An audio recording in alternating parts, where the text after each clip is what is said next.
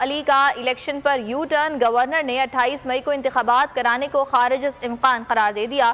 حالات ایسے نہیں کہ انتخابات کروائے جائیں، گورنر غلام علی کی جانب سے یہ کہا گیا ہے 28 مئی کو انتخابات کرانا ممکن نہیں ہے، تمام جماعتوں کی ایک ہی آواز ہے، الیکشن ایک ہی دن کرائے جائے۔ گورنر کا اب یہ موقف سامنے آیا ہے، جو خط میں نے الیکشن کمیشن کو دوبارہ لکھا وہ حقیقت پر مبنی ہے، خط میں جن تحفظات کا ذکر کیا ہے وہ سب حقیقت ہے۔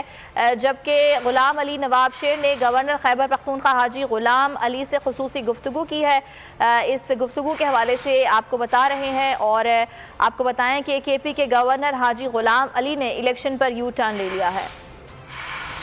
ہمارے نمائندے نواب شیر ان کے ہمراہ موجود ہیں، کیا گفتگو ہوئی ہے آپ کو سنواتے ہیں۔